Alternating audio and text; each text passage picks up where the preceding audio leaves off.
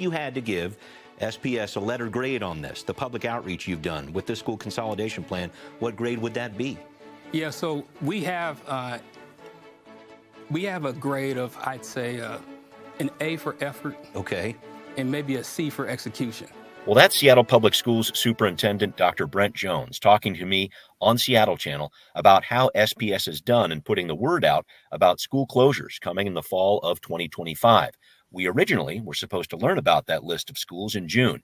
Now it appears we'll learn about it in September. So what kind of seesaw ride is this for Seattle families? Plus, after a deadly shooting on the Garfield High School campus earlier this year, our schools are getting a security upgrade. What will that look like, and what will it take to keep our schools safe? Well, this is a very special Seattle schools-focused Patrons First episode of Seattle News, Views, and Brews this week, your coffee break political podcast. I'm Brian Callanan. I'm a host on Seattle Channel. The views expressed here are mine, and I'm joined by a very special guest. This is Samantha Fogg, president of the Seattle Council PTSA. Samantha, how are you? I'm good. It's good to be here. Thanks for having me. You bet. I'm really glad to be with you here. Thank you, Samantha. Thanks to City Grind Espresso, the background noise sponsor for the audio podcast on the first floor of Seattle City Hall. A special thanks to our show patrons. If you want to access these Patrons First episodes before anyone else, become a patron, please.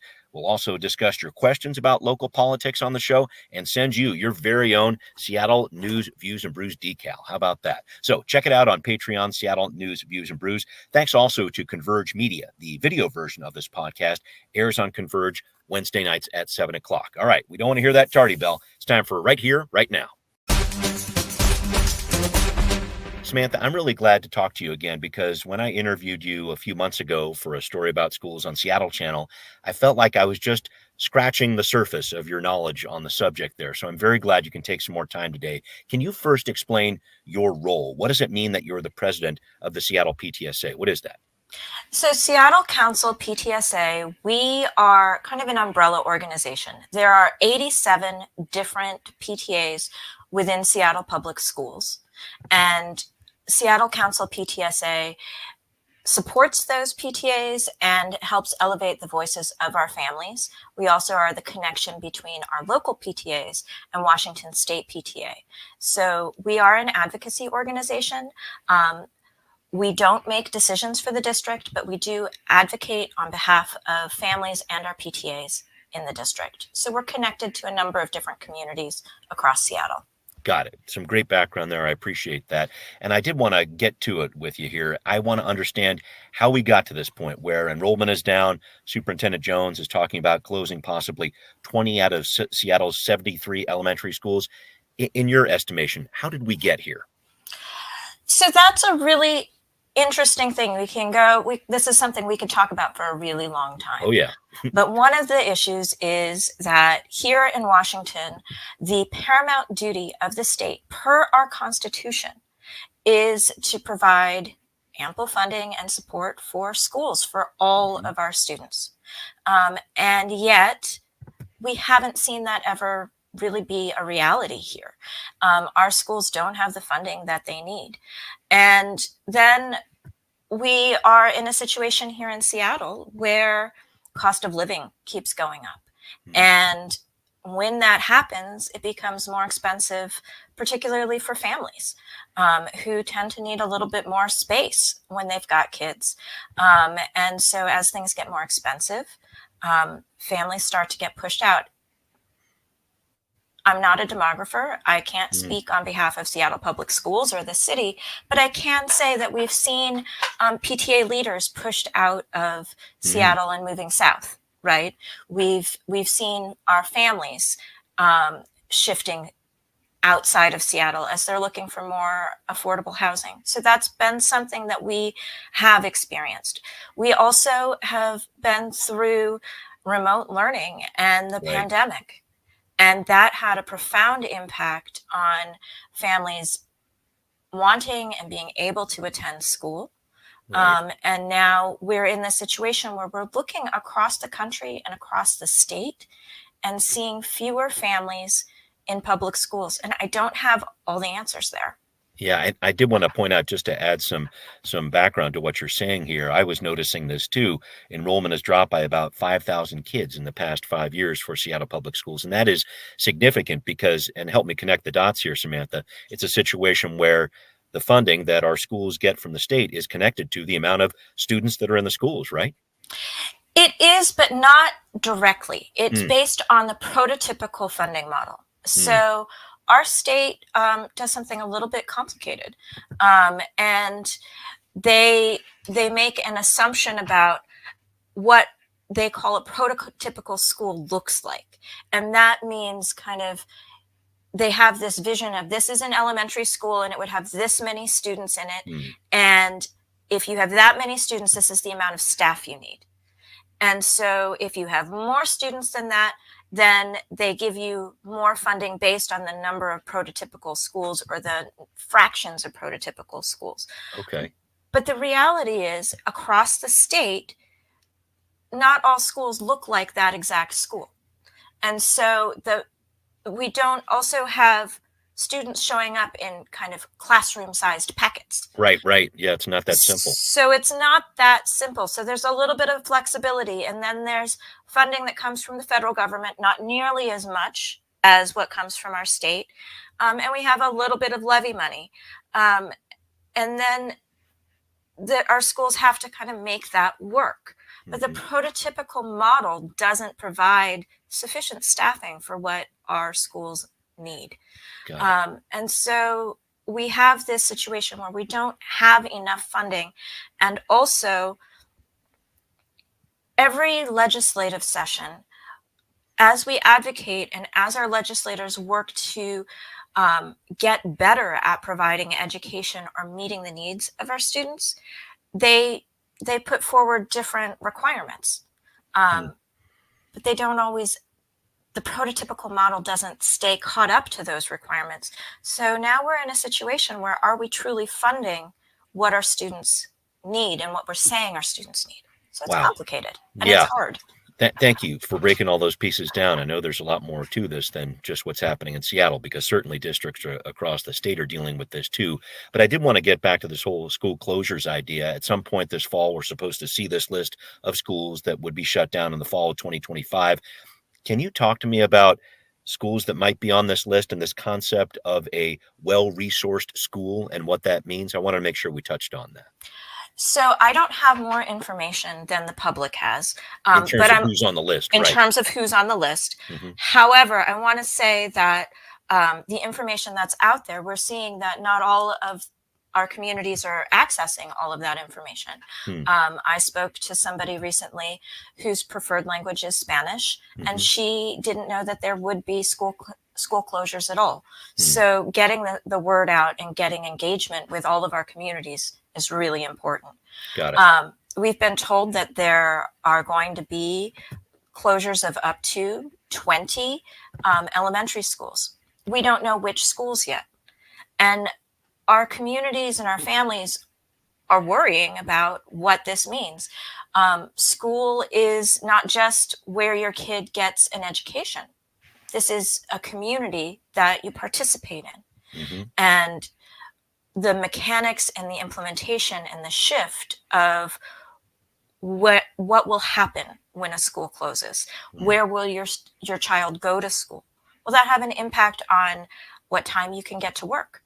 Mm. All of those pieces are questions out there. We're understanding that because our district doesn't have sufficient funding, because we have a number of elementary schools that are under enrolled, that don't Right. have enough students to support the staffing through that prototypical model Right, that right. students need, that we have students who aren't getting all the services that they need in their neighborhood schools. Yeah, and this is that concept of inequity that I've heard Dr. Jones talk about. He wants to make sure, and I think SPS wants to make sure that the resources that the district has are spread out to students as best they can. Right. So, he's talking about if we were able to have fewer schools, he has said that we would be able to expect music, art, and PE in every elementary school. This concept of a well-resourced school. Keep going. And we don't have that right now. Mm. And also, we know that some students don't have what they need at their neighborhood school, and so they have to go to a different school. And so putting more resources into the remaining schools would allow them to serve more students in those neighborhoods. We know that in our surrounding districts, they don't have schools with less than 300 students. And yet here in Seattle, we do have schools where they have 120 students, where they have 200 students. So because our funding comes from the state, it's notable that we're out of alignment with the size of schools across the state. Right, right. And sorry, I just wanted to make sure I came back to this idea of communicating this idea about or communicating the possibility of school closures. You mentioned one person you were talking to who wasn't even aware this closure situation was happening. What does the district need to do to promulgate this plan to make sure more people know about it and really express what's going to be happening in the fall of 2025?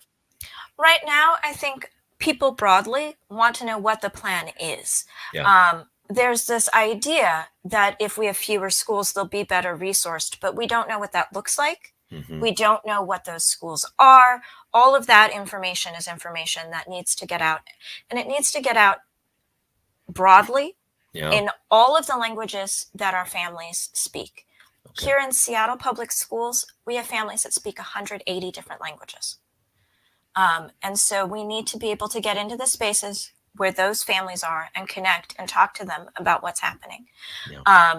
And we also know that that information should be going out through the schools themselves.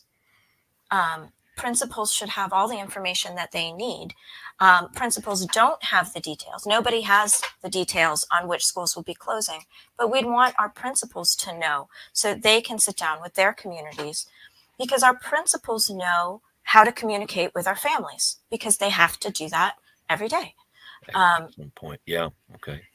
So there's a lot to communicate there too. And I guess just to wrap up this concept on school closures here, I think there have been some criteria put out there with regard to, okay, what schools might close. And I know we're talking about this with the possibilities in mind. We won't really know until later this fall, but I think a lot of parents might be looking at those criteria and saying, wait a minute, if we have fewer schools at our school, does that mean necessarily we're going to shut down?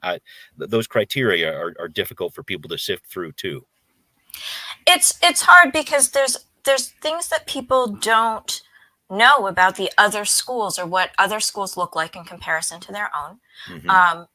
There's considerations that a lot of our families don't have access to the details on. They know what their school building is like, but they don't know what other school buildings are like typically. And so like facilities and how those work and how accessible they are, those aren't things that every family knows all the details are. Certainly some families do. Some families have been to lots of different schools. Some families have moved around our district and have seen different schools. Sure. But many of our families, particularly our elementary families, their experience of Seattle Public Schools is their kindergarten classroom or their elementary school, because they haven't had a reason to tour all of Seattle.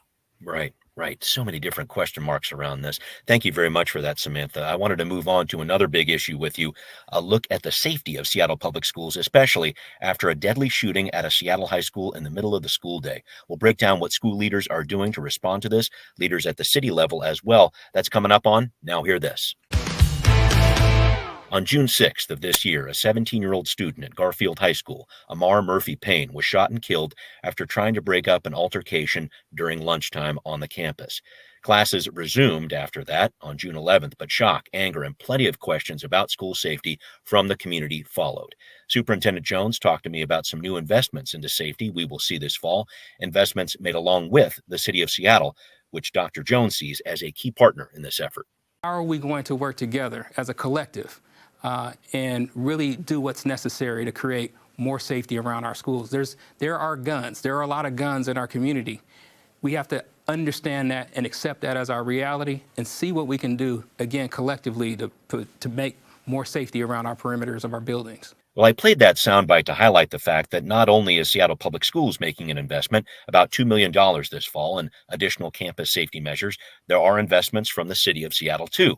Mayor Harrell is proposing $10 million to invest in youth mental health and safety in and around schools as well. Samantha, I just wanted to get your take on what you think of these new investments, and maybe if you can take it a bit further, what needs to be done to improve public safety at Seattle schools. I think one of the most critical things to remember is that safety is something our youth deserve both in and out of school, and that we can't solve school safety just by keeping students safe in the school building. They need to be safe on the athletic fields. They need to be safe getting to school, getting from school, participate in activities before school and after school, on the weekends. And they need to be safe when school is not in session. We had another student who was shot and killed after school let out. He was in his neighborhood. He was riding his scooter, and he was killed in a drive-by shooting. And the family reached out for support. And one of the things that really struck me is that even though school was out, even though teachers and counselors were on summer break, here we have a family who needed support, and the first place they reached out to was their school, because we are all taught that school is where all of our youth safety net, be it food, be it, Sure. if your child needs something, check with your school first. And the principal at South Shore K-8, who was the student's principal, was supportive. And Seattle Public Schools has supported this family, but this is the reality that we're living in. There was a Justice for Our Youth event that one of my board members helped organize in the New Holly neighborhood to bring together leaders to ask, like, what can we do to keep our youth safer? Because safety is something that, yes, absolutely our schools need to do. And also our communities need to keep our kids safe. Yeah. And our city, our county, our state, because there was an article recently that pointed out that there have been more gun violence amongst youth than ever before. Yeah.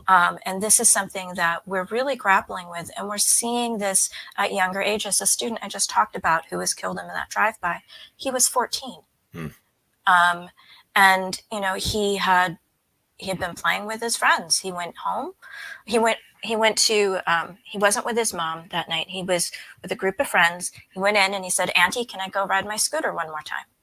And he and a friend went out and rode their scooter and were killed. Wow.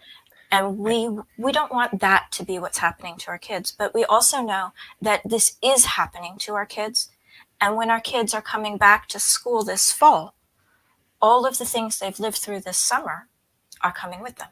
Yeah, that's very true. And I wanted to take this one step further with you, if I could, Samantha, because the superintendent was talking to me about a number of different ideas, like requiring clear backpacks, let's say, closing campuses for lunch, even a proposal to bring back student resource officers on school campuses after the school board banned those SROs being on campus back in 2020. I wanted to talk about that school resource officer issue because I know that was a very hot button issue in 2020, but it sounds like a lot of people in the community are saying, we want police back on campus. A thorny issue, I know, but what do you think about that with student resource officers? We have seen a huge discussion around both the pros and cons of school resource officers. Some of our members have been asking for them to be back. Some of our members have been asking for them not to be back. I think more importantly is the discussion around what does the policing of our youth look like, and how are our youth engaging, and how are our youth being kept safe? And that power dynamic that exists, even though we don't have school resource officers in our schools right now, we know that we do have teachers who have called the police on our students. And we know that in some cases, that power dynamic between a student who may have done nothing wrong and a teacher who has called the police on the student. And that can create a dangerous situation. It can create a lot of tension. Our families our schools have a relationship with the police no matter what. Okay. So how do we define that relationship? And how do we create a healthy relationship that truly works for the safety of our kids? Is there a way to do what you're saying? Is there a way to change the dynamic of a student resource officer on campus? I think I hear what you're saying. You want to make sure that that power dynamic of police having all this power over the students, that doesn't need to be that should not be too onerous there, but there's a public safety piece of it too. Is there a way to change how that role might be on campus? I'm not advocating for them necessarily, but is there a way to have a different approach, I guess, to SROs on campus? I think that's a conversation that needs to happen Yeah. because we know there's bias. Hmm. Because we're talking about humans, we're talking about people. So we're not saying any individual is bad, but we're saying that the data shows that there's bias both in policing, there's bias in education.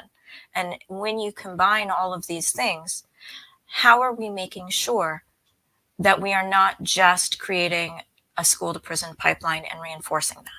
How are we truly making all of our students feel safe at school? And how are we making sure that they're not just feeling safe, but they are safe? Because there's a number of things that make people feel better, but don't necessarily turn out to have data that backs them up. I have a concern around those clear backpacks, for example. Okay. Yeah. Where's the data that shows that clear backpacks keep kids safer? Right. Our high school students ride city buses to get to school. Okay. Do we want them on city buses in clear backpacks with their laptops that they need for school, with their phones? What about the plastic use? And where are all these backpacks coming from? Sure. And we don't know for certain that this is going to be required. Our families are looking at getting school supplies now. Right. So what do our students need? We know that clear backpacks and clear packs are used at concerts and other things. Sure. We also know that they're smaller. Mhm. We also know that they break. Yeah. And so we've seen in other districts across the country, kids stick stickers on them. Sure. They put Right. other things in them. They don't necessarily want all their private stuff public. So they do what they need to do to protect that. So does this work, or does this make adults feel like they've done something? Like we're doing something, right? That we're doing Right. something. And we want Yeah. our investments to be backed by data and Wow. to really show that they are useful for our kids. I guess, can you take it another level for me then, Samantha? Is there something that you would recommend? It sounds like you've got some questions about SROs. Clear backpacks is another one there. Is there a path or a certain policy you'd like to see Seattle Public Schools adopt? So I'm not an expert on safety. Okay. So I do think that we need to engage with experts on safety to really talk about what needs to happen. I also really think that we need to look at some of the systems we have in place. Right now, Seattle Public Schools does not have accessible alarm systems. And we do have deaf, hard of hearing, deaf blind, deaf disabled students. And if we're not having accessible alarm systems, then our students aren't safe. And not only do we have disabled students, we have disabled visitors, volunteers, parents, staff, teachers. They should all have access to safety. And historically, a lot of the alarm systems have had flashing lights, but that's been in situations where there's a fire. So you have flashing lights, that means get out. Right. But we're talking about a situation in which sometimes we need our kids to get quiet and small. That's right. Right. We need more information to our students about what the options are. We saw in California a couple of years ago that there was a school that had an intruder, and the students who did not evacuate, the only ones who did not evacuate, were in their deaf classroom because they didn't have access to that information. We don't want our students to be in that situation. And so we would really like to see an emphasis on making sure that we have safety plans for all of our students, making sure that our students who cannot use stairs, that there's a plan for how they get out and how they're kept safe. Yeah. because that to me is a huge crisis. Because not only do we have situations where we have evacuations, we have reverse evacuations, get into a bus, Sure. things like that. Well, what happens? Do we just leave our disabled students behind? Oof, yeah. It's such a more complex issue than people want to believe. And I hear what you're saying. It's not going to be an answer with clear backpacks. It's going to have to be a lot more comprehensive than that. So Samantha, thank you. I know we could go on about school safety for a long time here too, but I did want to talk about something to wrap up with you here. Great conversation so far, but I wanted to talk about the overall future for Seattle schools. We're looking for some signs of hope, and I'm very interested to get Samantha's take on that. We'll talk about it on What's Next. Samantha, we have talked about a lot of challenging topics when it comes to Seattle public schools, and I want to try to end on an up note if I can. This whole concept of getting SPS back on track towards gaining more students, earning the confidence of local families with school-age kids, it just seems that confidence has taken a little bit of a hit. I know we can point to the pandemic for part of that, but what's it going to take for Seattle public schools to get back where it needs to be? Well, I think that there's a couple things. One is our schools are supposed to be about academics. And when you talk to our families, no matter whether their student is a student who qualifies for HCC, the highly capable cohort, or whether their student is not yet at grade level, or whether their student is in transition services, all of our families are talking about academics. They bring their kids to school for the academics to learn because they're looking ahead to college, career, life. And Seattle Public Schools is there to prepare students for that. The place that I find the most hope for the future of our school, for the future of Seattle, because this is our future here, is when I talk to students. When I talk to students about what they're interested in, what they want to do, the learning that they're seeking out. I have a lot of students who drop by the house, they ask me questions, they call, they move through, and I've had students ask me, who's running for election. I've had students ask me about policies. I've had students come up to me and say, what's going on with the Supreme Court? Oh, wow. Okay. I had a student ask me about what the Chevron decision means for rulemaking. Oh, wow. Okay. And how will that impact our schools? How will that impact Title IX? How will that impact 504? So we're seeing students asking questions. We're seeing students wanting to learn. I think the hope for our future comes from our youth. I'm seeing little kids wanting to read. I'm seeing little kids playing games and using math in their games, right? So we have all these kids who want to learn, who want to be in space together, who want to figure this out, who want to figure out how to be friends, who want to figure out how to meet new people, who want to figure out why the adults are doing what the adults are doing. So our kids are really fantastic. Yeah. And if as adults, we can wrap our heads around the fact that it's our job to scaffold those kids, to support them, and to get them access to the education that they need, and that it is our students that need to be centered in all of our decisions. It's too easy for people to get caught up in adult issues and adult drama. But if we refocus on what do our students need, what outcomes are we looking for those students? How are we defining success? And how are our students defining success for themselves? And where are the opportunities and where are they going? Our kids have more potential than anybody in any of our systems realizes. And we'd love to see them reach that potential. So supporting our kids to be who they want to become. That's a great message to wrap up with. Samantha, thank you so much for taking the time here. I really appreciate it. Thank you. Thank you for having me. Absolutely. Thank you. And thanks to everybody listening to this Patrons First episode of Seattle News, Views, and Brews, the podcast where you can always find out what's brewing in local politics and schools too. Thanks especially to patrons who support this show. If you would like to be a patron, gain access to this content before anybody else, find this podcast on Patreon, Seattle News, Views, and Brews. You can hear us on Apple, Spotify, wherever you like to listen. Thanks also for watching on Converge Media. We'll see you next time. Seattle News, Views, and Brews is an independent production of Callanan Media Services. Copyright 2024.